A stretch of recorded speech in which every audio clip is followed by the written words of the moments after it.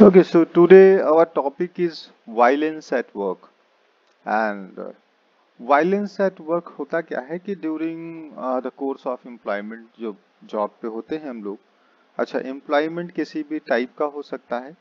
Employment हो सकता है, अगर हम एम्प्लॉयमेंट की बात करें तो वो एक कंस्ट्रक्शन साइट भी हो सकती है, वो एक प्रोसेस प्लांट हो सकता है, वो हमारा फील्ड वर्क हो सकता है जिसके अंदर मार्केटिंग है, वो हमारा रिसेप्शन वर्क हो सकता है जिसके अंदर हम वेलकम करते हैं कस्टमर को, वो हमारी एक क्वेरी सॉल्विंग एक टीम हो सकती है जो ऑन कॉल ही फेस टू फेस या ऑन कॉल हमारे जो कस्टमर होते हैं उनकी क्वेरीज को सॉल्व करती है। एम्प्लॉयमेंट किसी कैश हैंडलिंग का भी हो सकता है कि एक एम्प्लॉई है, जैसे फॉर एग्जांपल कोई एटीएम का जो कैश फिल करते हैं वो भी बंदे हो सकते हैं।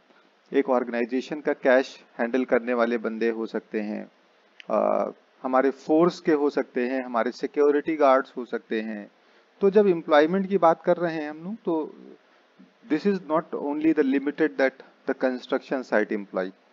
यहाँ पर जो वायलेंस एट वर्क की बात हो रही है ये सारे एम्प्लॉयमेंट की बात कर रहे हैं। तो कहते हैं कि during the course of employment workers जो एम्प्लॉइज में be a victim of threats, assault, verbal abuse and physical assaults. जो जॉब के टाइम पे जॉब की वजह से जो एम्प्लॉय हैं उनको कोई थ्रेट्स कर दे, डरा दे, धमका दे या वर्बली उनको कुछ ऐसे वर्ड्स कह दे जो कि नहीं कहने चाहिए, या फिजिकली उसको असॉल्ट करे, उसको हैरेस करे।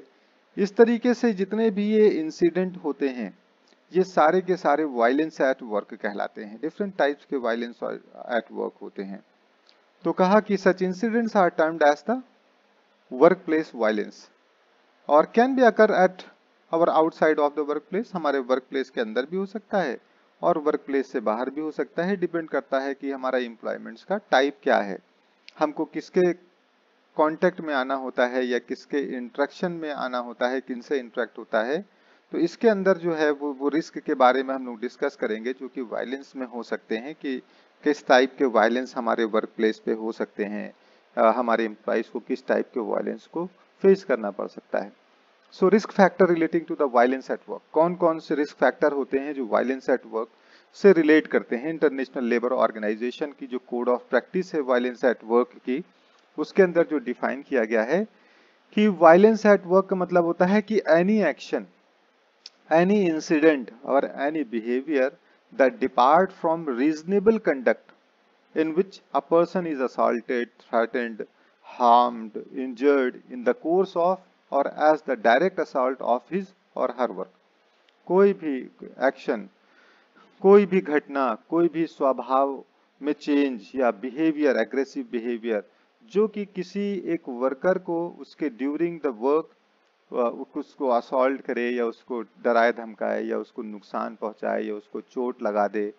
ठीक है, तो ये सारे के सारे हम लोग इसको डिफाइन करते हैं, वायलेंस एट वर्क में डिफाइन करते हैं। फिर उसके बाद हेल्थ एंड सेफ्टी एग्जीक्यूटिव है जो यूके की एक ऑर्गेनाइजेशन है, वो डिफाइन करती है वर्क रिलेटेड वायलेंस को। Any incident in which a person is abused, threatened और assaulted in circumstances related to their work. अपने काम को लेकर के यदि कोई वर्कर्स के साथ कोई ऐसी घटना होती है जिसके अंदर उसको अब्यूज किया जाता है, उसको डराया जाता है, उसको असॉल्ट किया जाता है या उसको जो है वो हार्म किया जाता है, इंजर्ड किया जाता है, तो इसे हम लोग वायलेंस एट वर्क कहते हैं। हाँ, but related, this should be related to the work only. तो वायलेंस एंड एग्रेशन दो वर्ड होते हैं, दोनों अलग अलग होते हैं। एग्रेशन वर्ड जो होता है वो अक्सर जो है वो जो वर्बल जो टॉक होती हैं जिसमें अब्यूसिव लैंग्वेज का यूज करना है या बोल करके डराना है, किसी को थ्रेट करना है वर्बली, जो थ्रेट्स है वर्बल है, या एम किसी इंडिविजुअल के अगेंस्ट में जो चीजें की जाती हैं उसे हम लोग एग्रेशंस कहते हैं। और वायलेंस जो होता है वो एक तरह का एंगर होता है, एक गुस्सा होता है, किसी कस्टमर के अंदर हो सकता है, क्लाइंट के अंदर हो सकता है, बॉस के अंदर हो सकता है, जिसके अंदर वो फिजिकली कांटेक्ट में आएगा। कोई भी तरीके का वो स्लैप कर दे, थप्पड़ मार दे या पंच कर दे या उसको उसके कॉलर को, नेक कॉलर को पकड़ ले, इस टाइप्स के जो असॉल्ट होते हैं जिसको हम लोग वायलेंस कहते हैं। तो एग्रेशन एंड वायलेंस में अंतर होता है। एग्रेशन हमेशा वर्बल होता है और वायलेंस हमेशा फिजिकल होता है, ठीक है ना। तो दोनों में डिफरेंसेस होता है। और वायलेंस एट वर्क जो है वो दो प्रकार के होते हैं, जिसे दो तरीके से डिफाइन किया जाता है। एक तो होता है इंटरनल वायलेंस, जो हमारे एम्प्लॉइज हैं, हमारे साथ में कोवर्कर्स हैं, जो काम करने वाले लोग हैं, उनके द्वारा बुली करना, गुंडागर्दी करना, तो एक इंटरनल वायलेंस होता है। एक होता है एक्सटर्नल वायलेंस, जिसमें फिजिकल हार्म होना है, वर्बल एग्रेशन भी आता है, और ये उनके द्वारा किया जाता है जो आउटसाइड ऑफ द ऑर्गेनाइजेशन होते हैं। अब आउटसाइड ऑफ द ऑर्गेनाइजेशन में वो प्रोफेशन के बंदे ज्यादा आते हैं जो किसी कस्टमर को सर्विस प्रोवाइड करते हैं। फॉर एग्जांपल कोई रिपेयरिंग वर्क है या डिलीवरी बॉय है, या इस टाइप के जो एम्प्लॉयमेंट होती हैं उसके अंदर एक्सटर्नल वायलेंस के चांसेस ज्यादा होते हैं, उसमें फिजिकली असॉल्ट होता है कोई भी वर्कर। तो बहुत से फैक्टर्स होते हैं जो कि वायलेंट बिहेवियर के को कंट्रीब्यूट करते हैं, यानी कि ऐसे फैक्टर्स जो किसी के बिहेवियर को इन्फ्लुएंस कर दें और वो वायलेंटली बिहेव करने लगे। तो कुछ ऐसी जॉब्स भी होती हैं जिसके अंदर बहुत से वायलेंट बिहेवियर को फेस करना पड़ता है। जैसे फॉर एग्जांपल कि अगर कोई कस्टमर केयर एग्जीक्यूटिव बैठा हुआ है तो वो एग्रेशन का शिकार होगा, यानी उसको लोग गुस्से में ही कहेंगे, या कोई अगर इश्यूज हैं उसको सॉल्व करने वाला बंदा बैठा है फेस टू फेस किसी ऐसी विंडो पे, तो उसको भी हमेशा वायलेंस फेस करना पड़ेगा। तो कुछ ऐसे प्रोफेशन होते हैं जिसमें वो ज्यादा होते हैं। तो types of violence, different types के वायलेंस होते हैं। एक तो फिजिकल वायलेंस होता है जिसमें हिटिंग होती है, किसी ने हिट किया, मार दिया, स्लैप कर दिया, शोविंग कर दिया, ग्रैबिंग कर लिया, पिंचिंग कर दिया, बिटिंग कर दिया, है ना, बाइटिंग कर दिया, हेयर पुलिंग कर दिया। ये फिजिकल, यानी फिजिकली कोई चीज अगर इन्वॉल्व है, आप बॉडी टू बॉडी अगर टच हो रही है तो फिजिकल वायलेंस। अगर वो क्रिटिसाइज कर रहा है बहुत, या बहुत एक्सेसिव वर्क डिमांड आपसे कर रहा है, किसी वर्कर से कर रहा है, और या बहुत कम उसको वर्क दे रहा है, या उसके अंदर फेयर टू फेल्योर क्रिएट कर रहा है, या अंडर इंगेजिंग कर रहा है, या ओवर इंगेजिंग कर रहा है किसी वर्क में, तो ये साइकोलॉजिकल वायलेंस होता है कि किसी को प्रताड़ित करने का एक तरीका। कि अगर बॉस नाराज हो गया है तो क्रिटिसाइज बहुत करेगा, या काम का लोड बहुत डाल देगा, या उससे काम ही नहीं कराएगा, उसको बिठा के रखेगा सुबह से शाम तक। तो ये अंडर इंगेजिंग में आ जाता है, या बहुत ज्यादा काम कराएगा, ओवर इंगेजिंग में आ जाता है। कुछ वर्बल वायलेंस होते हैं जिसमें कुछ वर्ड्स ऐसे होते हैं जो क्रिटिसाइज करने वाले वर्ड्स होते हैं, या इंसल्टिंग वर्ड्स होते हैं, डिनाउंसिंग वर्ड्स होते हैं जो कि किसी को इंसल्ट करें, तो ये हमारे वर्बल वायलेंस होते हैं। या बुलिंग होता है कि किसी के ऊपर गुंडागर्दी करना, शाउटिंग एट स्टाफ, अक्सर बॉस करते हैं, मैनेजर करते हैं कि किसी के ऊपर बहुत चिल्लाते हैं।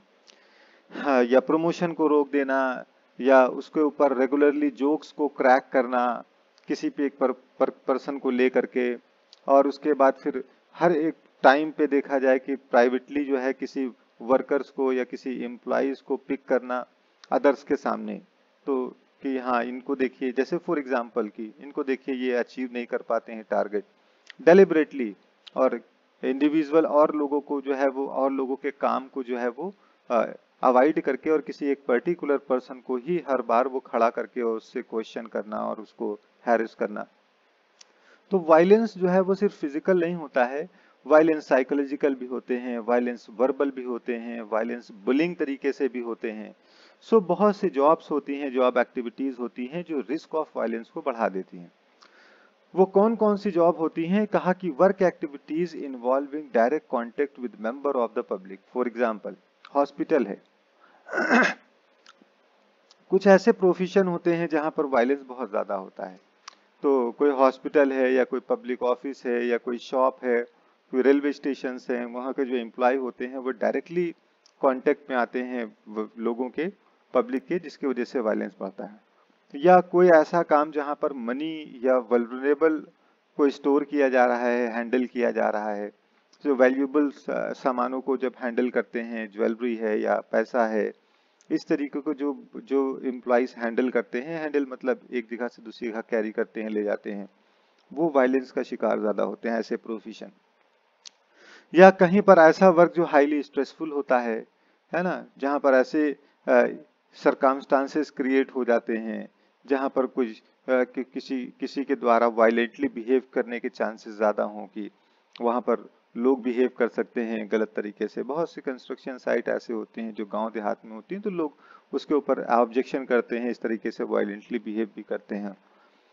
या कोई भी ऐसे वो लोग ऐसे जो बहुत से मेंटल इम्पेयरमेंट से इलनेस होती है लोगों के अंदर, या ऐसे ऐसी जगह जहां लोग इंजर्ड होते हैं, या सब्सटेंसेस अब्यूज किए जाते हैं, या अल्कोहल ड्रग्स वाली जगह होती हैं, तो ऐसे जगह पर काम करने वाले लोग भी वायलेंस का शिकार होते हैं कि वहां पर उनके वर्क एट वायलेंस बहुत ज्यादा होता है।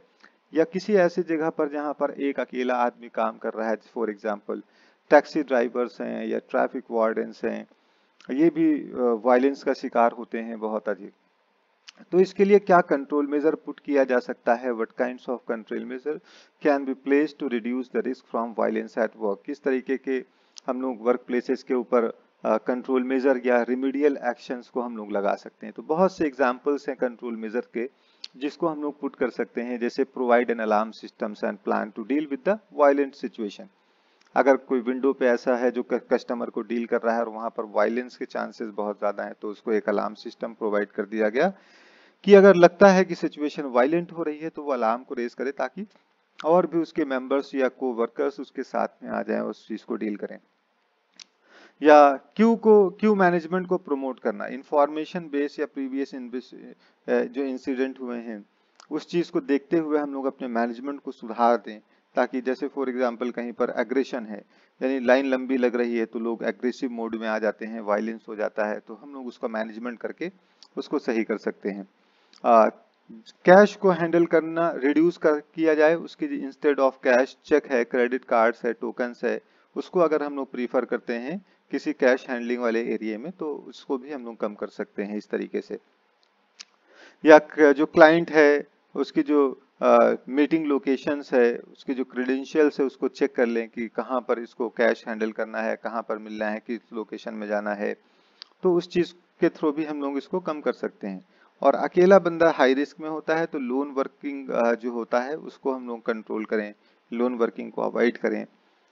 कॉल सिस्टम को प्रोवाइड करें, जो अगर अकेला कोई बंदा काम कर रहा है एम्प्लॉइज का, हमारा कोई एम्प्लॉय है जो अकेले काम करने जाता है, तो उसको कॉल सिस्टम हम प्रोवाइड करेंगे कि in case of any situation या इमरजेंसी वो तुरंत कॉल करेगा।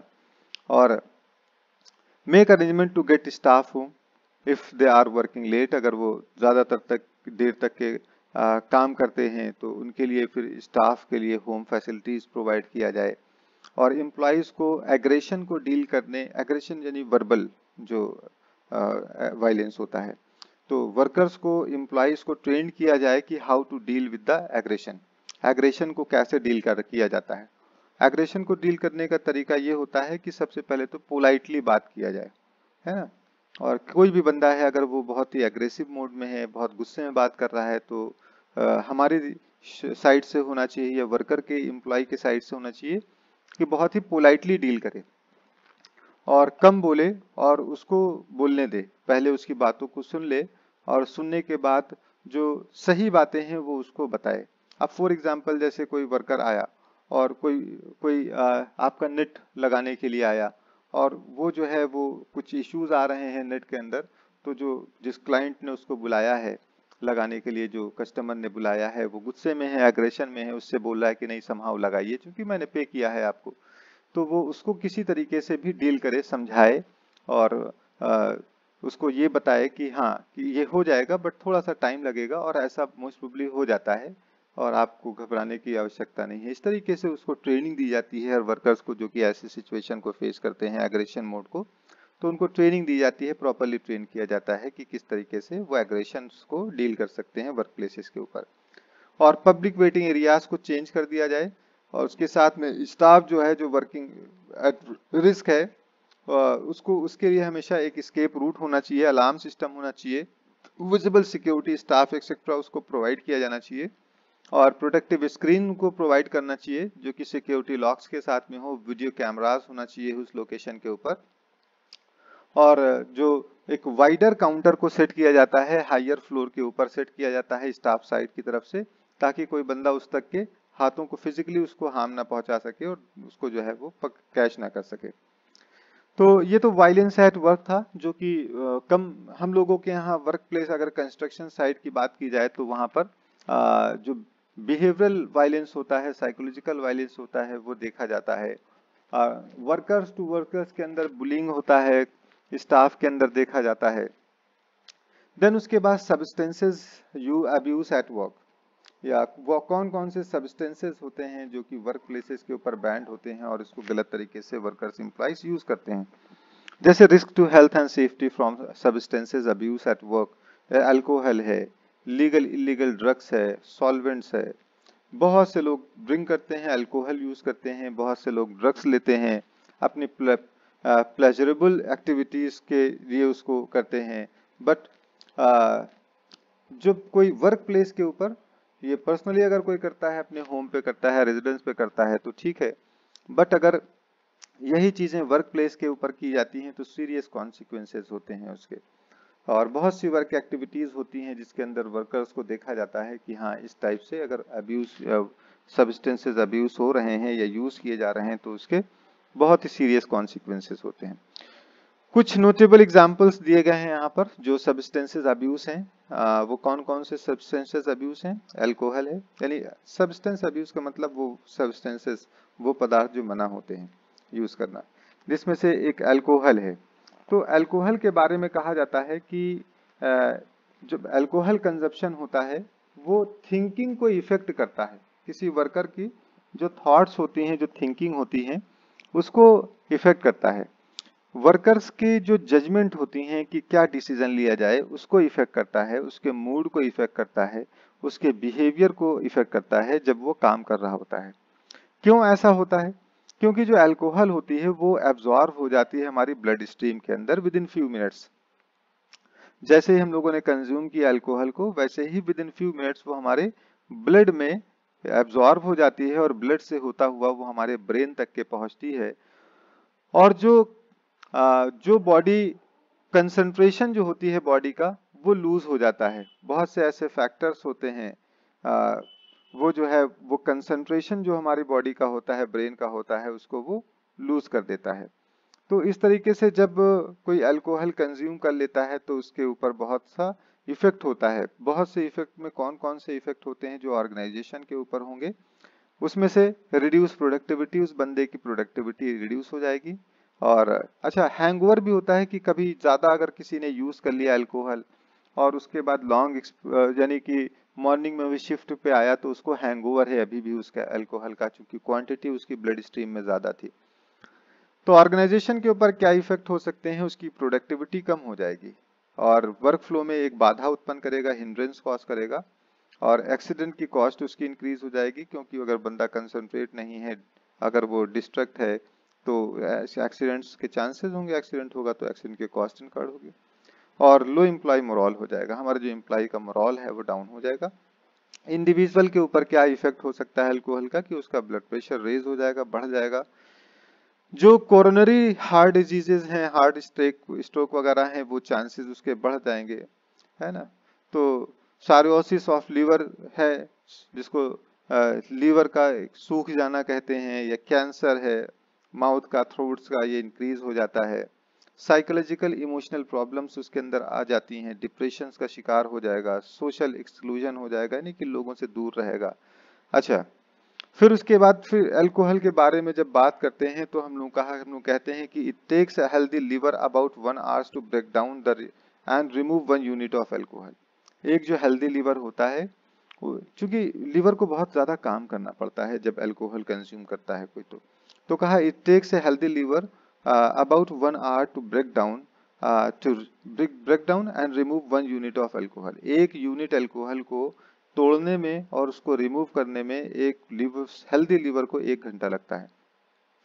कहा where a unit is equivalent to 8 gram और 10 मिलीलीटर। 1 यूनिट का मतलब कितना है? 10 ml है। तो 10 ml सिर्फ 10 मिलीलीटर अल्कोहल को यानी कि ब्रेक डाउन करना और रिमूव करने के लिए जो प्योर अल्कोहल होती है उसको लीवर को 1 घंटा लगता है। Even black coffee cold showers and fresh air can not remove alcohol from the system. जो ब्लैक कॉफी है या कोल्ड शावर्स ले लिए, ठंडा फ्रेश एयर ले लीजिए, ये सारी चीजें हमारी बॉडी से अल्कोहल को निकाल नहीं सकती हैं। Only time and healthy liver can do that. सिर्फ अल्कोहल को बॉडी से एक हेल्दी लीवर और समय, यही दो चीजें उसको निकाल सकती हैं। तो कहा the best advice for a healthy living is not using alcohol at all. अगर बेस्ट लिविंग की बात करते हैं, अगर हेल्दी रहना चाहते हैं तो अल्कोहल का कंजप्शन नहीं करना चाहिए।